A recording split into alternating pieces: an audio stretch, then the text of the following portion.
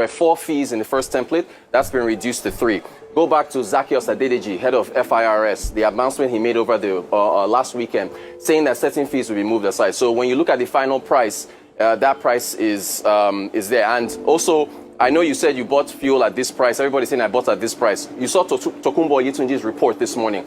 More trucks are going to lift. What does that mean? That is more supply. So we can either have a debate about what the price is or whether there are no more queues and we're getting supply, which I think is the main thrust of the issue here. We don't want many more queues. It depends. I think you should ask. Price is the main thrust of the issue. I think you should let people speak for themselves. It's not just what do you like mean I by said. that? What's the point of having supply and people cannot afford? Queues? You want fuel queues? No, but either way. So do you want people not to be able to afford? No, but do you want people not to be able to afford fuel? Well, Okay, if you have a product that people cannot afford, it doesn't make any sense. It's not either or the other. Both of them have to be. So who's selling the product, Ayo? Yeah, anyways, I'm just saying that. Who's selling the product? It's a business, right? Or a charity? This is not against Dangote Refinery or anything. I'm just saying the fact that you cannot say that it's just about supply. Supply is good. That's a narrative. But you have to talk about price. No, this is coming from Dangote Refinery. Yes, anyway. Ayo, let's not mislead people. This is coming from Dangote Refinery, a private sector player. I am just speaking in the downstream to your point sector. About price and availability.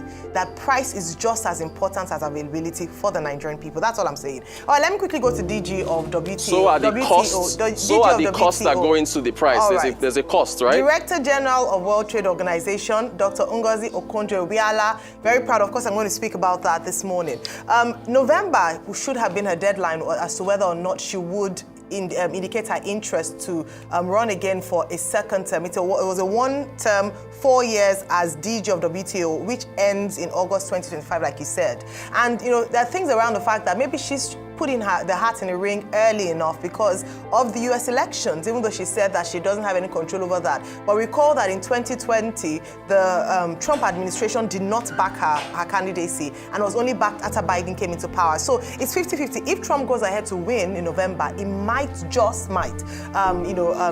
affect her chances. So that's really great to see her coming out really early to say that she's going to run. Now, this would also determine a few things if other people throw their hats in the ring as well, or if she's going to run unopposed, and then makes it a bit easier if all the states back her. But very importantly, it's not just because she's going to stand for a second term, it's the achievements she's made. And we're really proud of the work that she's done so far with WTO. She's made some landmark deals, the cuts in fishing deals, global trade deals, and a number of things that she has done.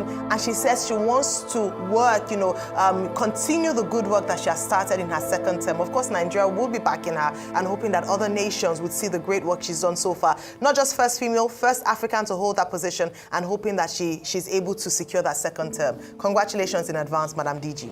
Okay, I'm interested in other stories. But first, let me start with your report that the National Bureau of Statistics of Nigeria says inflation has gone down, and that, from your own deductions, that the Monetary Policy Committee is not likely to hike rates. It's likely to take a more accommodative stance in the next MPC meeting. Yes, economists bandy these figures around, but what is the effect in the market? If inflation has gone down, that's CPI, okay, do we see it in the market? The received wisdom is that in Nigeria, when things go up, they don't come down.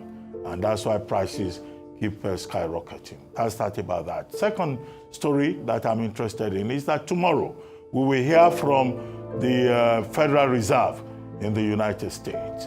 The expectation is that there will be, about 25 basis points reduction in interest rate. The tech industry will do well. Other industries, other sectors will do well because, that's the expectation. But what will follow after the Federal Reserve cuts in interest rates? Well, people say 25 basis points. Some people say 50 basis points. Apple iPhone that you have talked about on this program. Well, Apple iPhone is not doing well. The Pro Max, and the other one, there's been a drop in the share price of Apple by about 2.8% on Monday. So it looks like Huawei is far ahead. Huawei that already has, a proud subscription of over 30 million.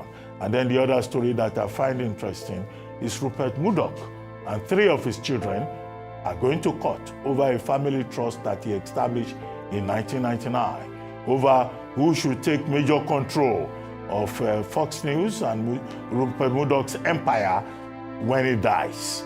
He says he prefers Lachlan, the first son, but the other 3 children are fighting. And then you also have, 2 other children from his 4th wife who are all looking at the media empire established by Rupert Murdoch. So these are the stories that I find interesting. Plus, amazing saying people now must come to work 5 days a week, not 3 days.